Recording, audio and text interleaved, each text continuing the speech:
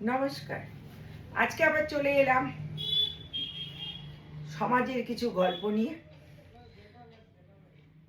প্রত্যেক দিন সমাজে কিছু না কিছু ঘটনা ঘটে, আর আমি সেগুলো আপনাদের সামনে তুলে ধরার চেষ্টা করি ছোট ছোট করে।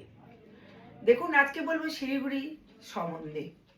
আমাদের শিলিগুড়িতে আজকাল চারিদিকে চুরি, ডাকাতি, ছিনতাই এগুলো হচ্ছে।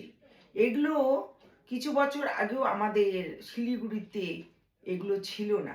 আমাদের শিলিগুড়ি ছিল খুব শান্তিপূর্ণ একটা জায়গা। কিন্তু দিন দিন দেখছি যে চুরি, ডাকাতি, মানে ছিনতাই, অ্যাক্সিডেন্ট এগুলো প্রচুর পরিমাণে বেড়ে যাচ্ছে। আমাদের বাইপাস, আশিঘর, শিলিগুড়ি ডেইলি বলতে গেলে 2-3 দিন পর পর বিশাল পরিমাণে অ্যাক্সিডেন্ট হচ্ছে। যে অ্যাক্সিডেন্টটা লোক মারা যাচ্ছে। কালকেও আমাদের আশিঘর রাস্তায় তিনটে ছেলে স্কুটার নিয়ে যাচ্ছিল হেলমেট ছাড়া। দুজনেই স্পট ডেড। একজনের অবস্থা খুব খারাপ, তাকে হসপিটালে ভর্তি করানো হয়েছে।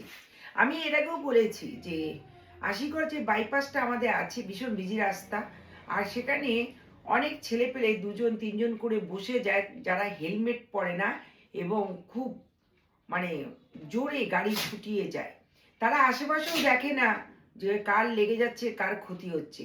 তারা নিজেরও মরে এবং আরেকজনকে মারার চেষ্টা করে।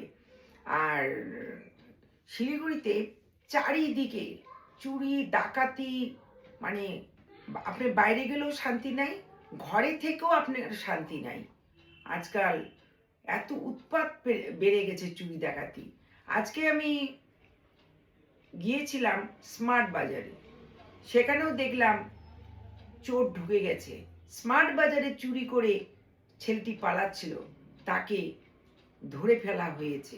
আমি এই ফটোটা আপনাদেরকে দিলাম। এই ছেলেটিকেই আজকে স্মার্ট বাজারে ধরেছে। আজকে হচ্ছে শনিবার, আর 27 তারিখ।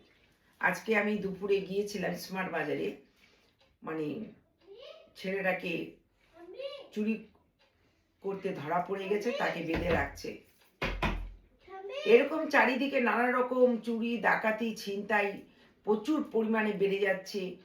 সেদিনকে এক কাহিনী, এক ভদ্রমহিলা হঠাৎ করে বাড়ির ভদ্র লোক 13-14 বছর আগে মারা গেছে, তার একটাই ছেলে। সেও দেখা গেল আমাদের শিলিগুড়িতে হঠাৎই করে গলায় ফাঁসি দিয়ে ঝুলিয়ে আছে। আবার দেখা যাচ্ছে আমাদের শিলিগুড়িতে শিলিগুড়ির কাছে জলপাইগুড়িটা আছে, সেখানে ভূতের কাহিনী। এইরকম নানা রকম কাহিনী আমাদের শিলিগুড়িতে ভরে গেছে। এখন একা হাঁটাচলা করাই বা গাড়িতে যাওয়াও একটা চিন্তা। নমস্কার। শুভ